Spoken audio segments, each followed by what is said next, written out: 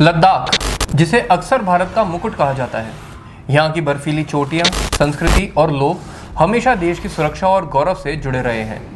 लेकिन बीते कुछ दिनों से लद्दाख चर्चा में है और वजह है वहाँ भड़की हिंसा, जिसने 4 लोगों की जान ले ली और दर्जनों को अस्पताल पहुँचा दिया। इस पूरे घटनाक्रम में एक नाम सबसे ज़्यादा सुर्खियों में है, सोनम वांगचुक। कौन है वांगचुक, सरकार उनके खिलाफ क्यों सख्त हुई और आखिर लद्दाख के लोग सड़कों पर क्यों उतर आए, आज हम इसी की पड़ताल करेंगे। दर्शकों, सोनम वांगचुक शिक्षा सुधारक और पर्यावरणविद के रूप में लंबे समय से जाने जाते रहे। उनके नवाचारों जैसे आइस स्तूप ने उन्हें अंतर्राष्ट्रीय पहचान भी दिलाई। लेकिन हाल के महीनों में उन्होंने लद्दाख को राज्य का दर्जा दिलाने और 6th शेड्यूल के तहत संवैधानिक संरक्षण की मांग को लेकर आंदोलन शुरू किया। यहाँ आपको बता दें कि संविधान के 6th शेड्यूल के तहत नॉर्थ ईस्टर्न स्टेट्स के जनजातीय क्षेत्रों को विशेष स्वायत्ता यानी कि स्पेशल ऑटोनॉमी दी जाती है, जहाँ उनकी परंपराओं, भूमि और संसाधनों पर उनका खुद का प्रशासनिक और कानूनी नियंत्रण होता है। तो ये मांग स्थानीय लोगों के बीच तेजी से लोकप्रिय हुई। शुरुआती विरोध शांतिपूर्ण थे, भूख हड़ताल हुई, धरने हुए, लेकिन 24 और 25 सितंबर को हालात अचानक बदल गए। लेह में प्रदर्शनकारियों की भीड़ अचानक आक्रामक हो गई। सरकारी दफ्तरों पर हमला, पुलिस वाहनों और बीजेपी कार्यालय में आगजनी, ये तस्वीरें चौंकाने वाली थी। हालात बेकाबू हुए तो सुरक्षा बलों को लाठीचार्ज करना पड़ा। हालात और बिगड़े तो उनको फायरिंग तक करनी पड़ गई। नतीजा 4 लोगों की मौत और 70 से ज़्यादा घायल। सरकार का कहना है कि ये हिंसा अचानक नहीं भड़की, बल्कि इसके पीछे कुछ भड़काऊ भाषण दिए गए थे, जिनमें अरब स्प्रिंग और नेपाल आंदोलन जैसी अंतर्राष्ट्रीय घटनाओं का जिक्र कर युवाओं को भड़काने की कोशिश की गई। गृह मंत्रालय ने साफ कहा है कि वांगचुक के भाषणों ने ही ऐसे भड़काऊ भाषण देकर युवाओं को भड़काया।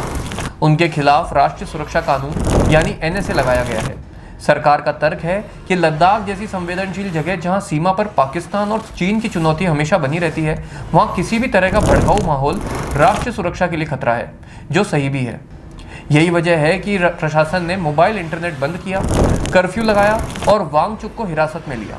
सूत्रों के मुताबिक उनके विदेशी संपर्कों की भी जांच चल रही है और ये भी सामने आ रहा है कि उनका कनेक्शन पाकिस्तान से है। सरकार का कहना है कि लोकतांत्रिक मांग करना एक बात है, लेकिन हिंसा को बढ़ावा देना और भारी ताकतों को मौका देना बिल्कुल बर्दाश्त नहीं है। वहीं दूसरी तरफ वांगचुक और उनके समर्थक इन आरोपों को अनर्गल बता रहे हैं और इनसे इनकार कर रहे हैं। उनका कहना है कि उन्होंने केवल शांति और संवैधानिक अधिकारों की बात की, हिंसा भड़काने की नहीं। उनका दावा है कि लद्दाख की पहचान, पर्यावरण और युवाओं के रोजगार की रक्षा के लिए यह आंदोलन जरूरी था। लेकिन सवाल यही उठता है कि अगर आंदोलन शांतिपूर्ण था तो फिर हालात इतने हिंसक कैसे हो गए? क्या भीड़ ने नेतृत्व से हटकर खुद ही रास्ता चुना या फिर वाकई किसी ने उन्हें भड़काया? दरअसल 2019 में जब जम्मू कश्मीर का विशेष दर्जा खत्म हुआ और लद्दाख अलग केंद्र शासित प्रदेश बना, तभी से यहाँ के लोग नए अधिकार और सुरक्षा चाहते रहे हैं। उनका डर है कि बड़ी कंपनियां आकर जमीन और संसाधनों पर कब्जा कर लेंगी। लेकिन सरकार का मानना है कि इन आशंकाओं को संवाद से दूर किया जा सकता है, हिंसा और आगजनी से नहीं। यही वजह है कि अब जांच एजेंसियां सक्रिय हैं और हालात को शांत करने की कोशिश की जा रही है। तो दर्शकों, तस्वीर साफ है। लद्दाख में अशांति सिर्फ स्थानीय असंतोष का नतीजा नहीं, बल्कि भड़काऊ भाषणों और गलत दिशा में किए गए विरोध का भी परिणाम है। सरकार का पक्ष है कि राष्ट्रीय सुरक्षा सर्वोपरि है और कोई भी आंदोलन अगर हिंसक रूप लेता है तो कार्रवाई जरूरी है। वांगचुक और उनके समर्थकों के तर्क अलग हो सकते हैं, लेकिन हिंसा ने उनकी नैतिक मजबूती को कमजोर कर दिया है। आगे का रास्ता केवल बातचीत और लोकतांत्रिक प्रक्रिया से ही निकल सकता है। लेकिन सवाल यही है कि इतना कुछ होने के बाद लद्दाख की जमीनी हकीकत और देश की सुरक्षा के बीच संतुलन बनेगा कैसे?